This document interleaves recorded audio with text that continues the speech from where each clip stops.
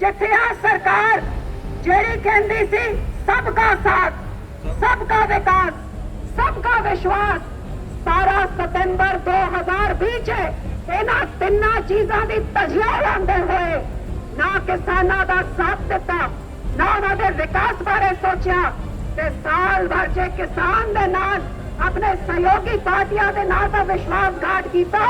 लेकिन ये सरकार पूरे देश के किसानों का विश्वासघात कर रही है। 2020 काले कानून जोर से जबर के नाल लागू करके देश के किसान, पंजाब के किसान दे टिड च लत मारन का काम इस पार्लियामेंट च शरेआम देश के दुनिया के सामने होया।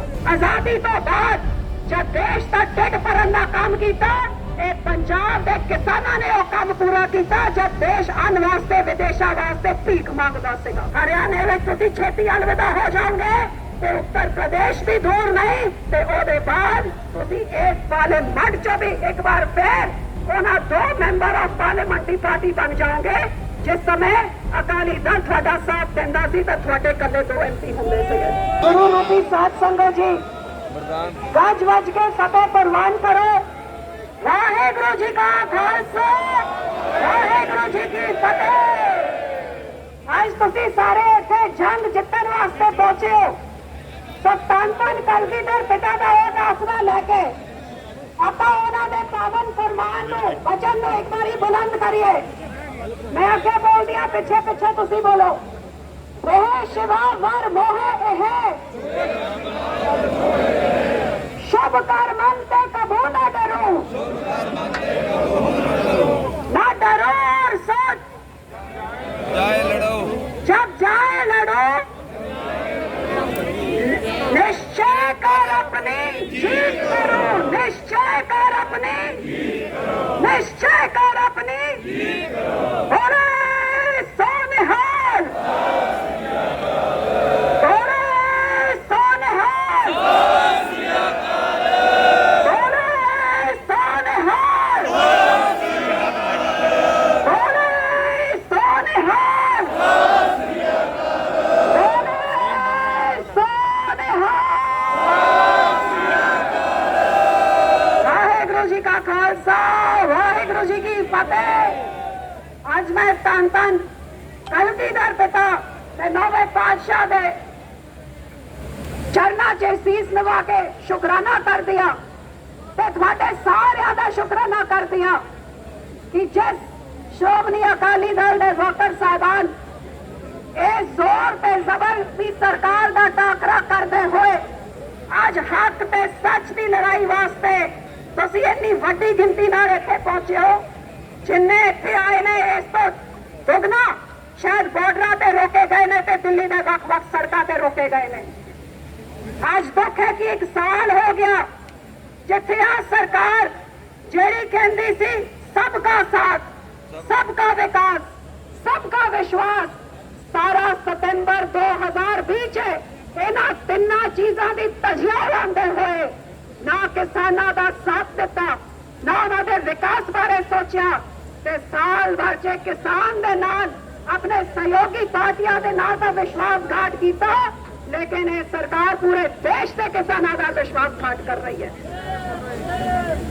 जेड़ी सरकार कहंदी सी आजादी के 75वें साल च 2022 च किसान की आमदन नूं दुगना कर देंगे।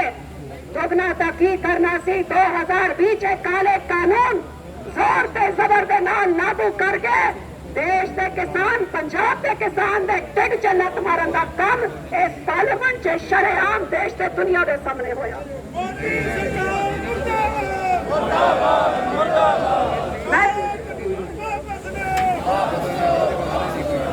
मैं शुकराना कर दिया गुरु साहब का कि थोड़ी 100 साल की पुरानी पार्टी का इतिहास जे देश की आजादी के वास्ते सब तो वध किसी का खून डोलिया वो पंजाबियों का खून डोलिया सीगा।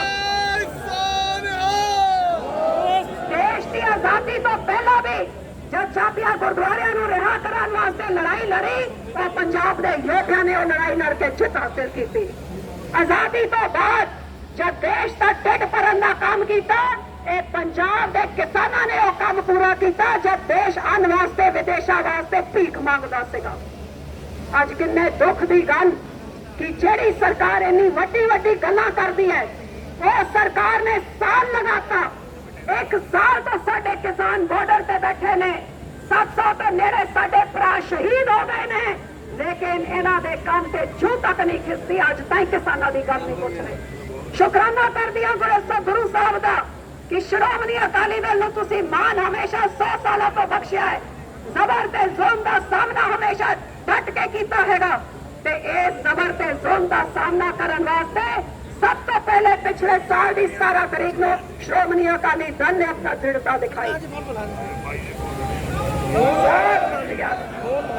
ਲਗਾਤਾਰ ਇੱਕ ਸਾਲ ਇਸ ਲੜਾਈ ਨੂੰ ਆਪਣਾ ਲੜਦੇ ਰਹੇ ਤੇ ਅੱਜ ਵੀ ਮੈਂ ਤਾਂ ਕਹਿੰਦੀ ਹਾਂ ਅੱਜ ਤੁਸੀਂ ਸਾਰੇ ਇੱਥੇ ਪਹੁੰਚੇ ਹੋ ਇਸ ਜ਼ਬਰ ਦੇ ਖਿਲਾਫ ਆਵਾਜ਼ ਉਠਾਉਣ ਵਾਸਤੇ ਕਿ ਜਿਹੜੀ ਸਰਕਾਰ ਦੀ ਇਸ ਰਾਜਧਾਨੀ ਵਿੱਚ ਹਕੂਮਤ ਹੈ ਉਹ ਕਿੱਥੇ ਹੈ ਪਿਛਲੇ ਸਾਲ ਪਰ ਤੋਂ ਜਿਨ੍ਹਾਂ ਨੇ 100 ਖਾਧੀਆਂ ਸੀ, ਸ਼ਬਦ ਚੱਕੀ ਸੀ ਪੰਜਾਬ ਦੇ ਲੋਕਾਂ ਦੀ ਰਾਖੀ ਕਰਨ ਵਾਸਤੇ, ਉਹ ਸਰਕਾਰਾਂ ਤੇ ਉਹ ਪਾਰਟੀਆਂ ਕਿੱਥੇ ਨੇ ਤੇ ਕਿਹੜੀ ਪਾਰਟੀ ਇੱਥੇ ਪਹੁੰਚੀ ਹੈ? ਇਹ ਤੁਸੀਂ ਸਾਰੇ ਯੋਧੇ ਇੱਥੇ ਪਹੁੰਚੇ ਹੋ ਕਿਉਂਕਿ ਹਮਦਰਦੀ ਤੇ ਵਫਾਦਾਰੀ ਸ਼੍ਰੋਮਣੀ ਅਕਾਲੀ ਦਲ ਦਿਖਾ ਸਕਦੇ ਹੈ।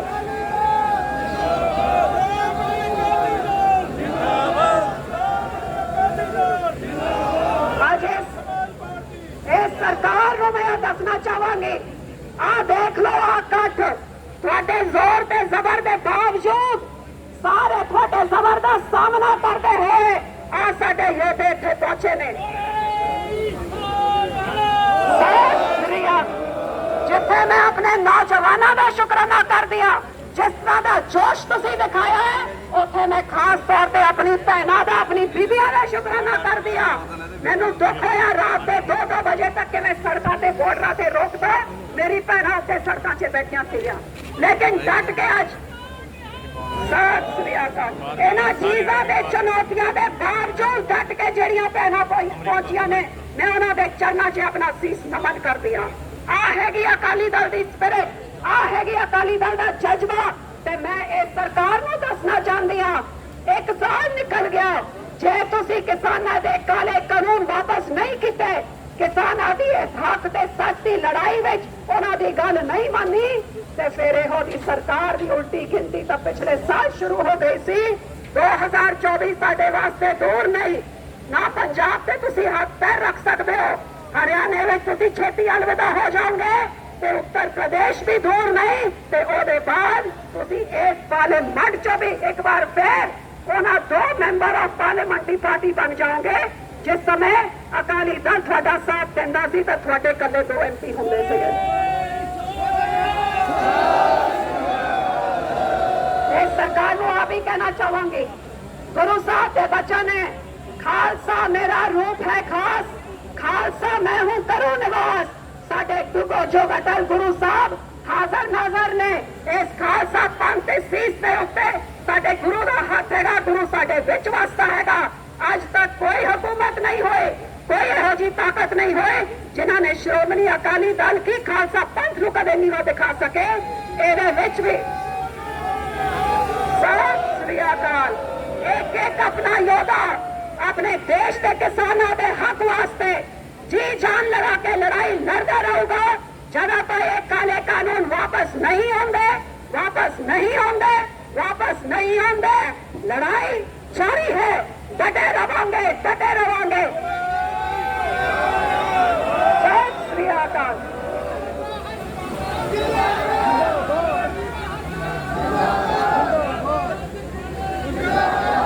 ਇੱਕ ਵਾਰੀ ਪਾਰਲੀਮੈਂਟ ਦੀ ਕੰਧਾਂ ਹਿਲਾਉਣ ਵਾਸਤੇ ਤੇ 7 LKM ਲੋਕ ਨਾਇਕ ਜਿੱਥੇ ਵੀ ਰਹਿੰਦੇ ਨੇ ਉੱਥੇ ਤਾਂ ਸੁਨੇਹਾ ਪਹੁੰਚਾਉਣ ਵਾਸਤੇ ਗੱਜ ਕੇ ਬੋਲੋ, ਕਾਲੇ ਕਾਨੂੰਨ, ਕਾਲੇ ਕਾਨੂੰਨ।